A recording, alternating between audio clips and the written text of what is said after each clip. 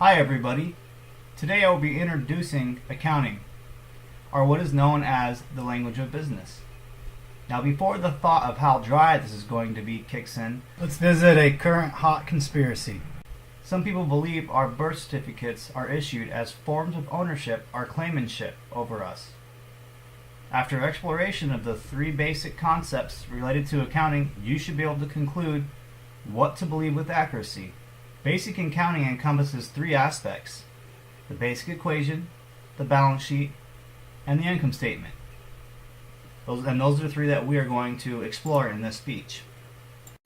To explain the basics of accounting, I'll start with the basic equation of debits equals credits, and how that actually translates into assets equals liabilities plus stockholders' equity.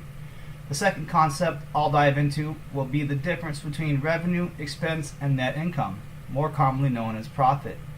The final point will be the basic understanding of how all these items mix together on the balance sheet and income statement, which are two of a company's primary financial statements. Now on to the first concept, the basic equation, which is just a simple breakdown of what a company owns and owes.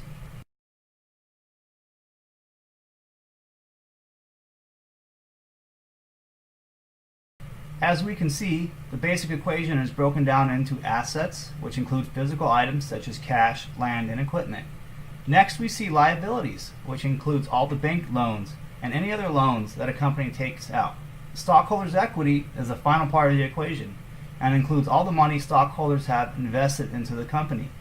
According to certified public accountant Richard Dumont, the cornerstone of accounting is the accounting formula of assets equals liabilities plus stockholders' equity. The link for the slide 6 video clip can be found at the end of my speech in the reference page. This brings us to my second concept of the balance sheet, which is a fundamental financial statement of any business. According to Phillips, Libby, and Libby, the purpose of the balance sheet is to report what a company owns and owes, but not necessarily what the company is worth. They printed this in the Fundamentals of Accounting this year, and that book was published by McGraw-Hill Education. The balance sheet is broken down into three parts.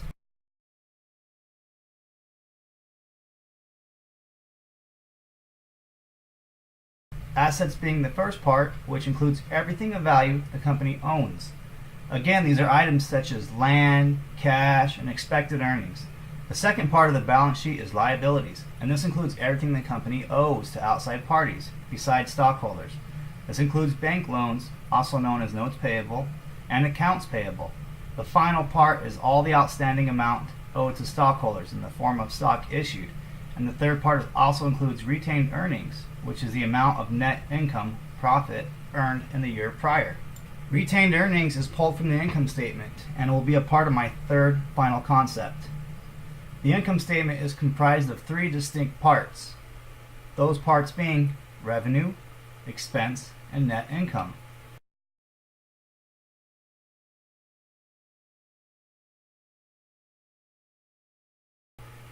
The writers at entrepreneurialstaff.com explain the income statement as a simple and straightforward report on a business's cash generating ability.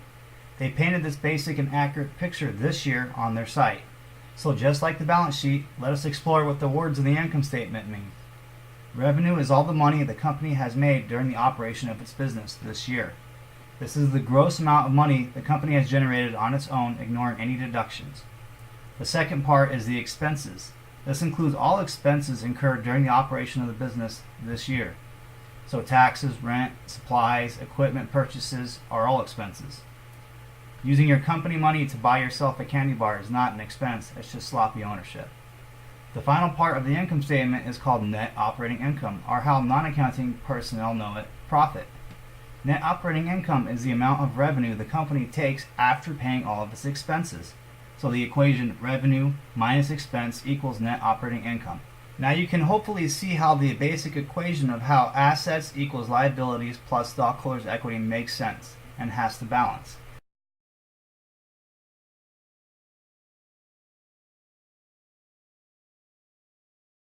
Since we are accounting for every unit of value in and out.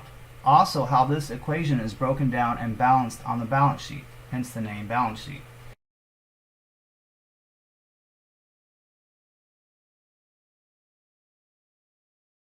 And finally, how this ties into the income statement, which shows the takeaway profit of the business and the ability to generate profit.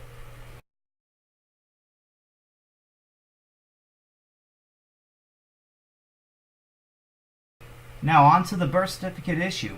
The federal government issues our birth certificates as proof of its citizens being assets, labor tax generation, in order to be able to acquire debt from foreign sources, according to conspiracy.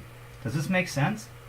Imagine a business trying to secure a loan from a bank without any assets, and you can see why they would get denied. The country getting loans from foreign sources is no different.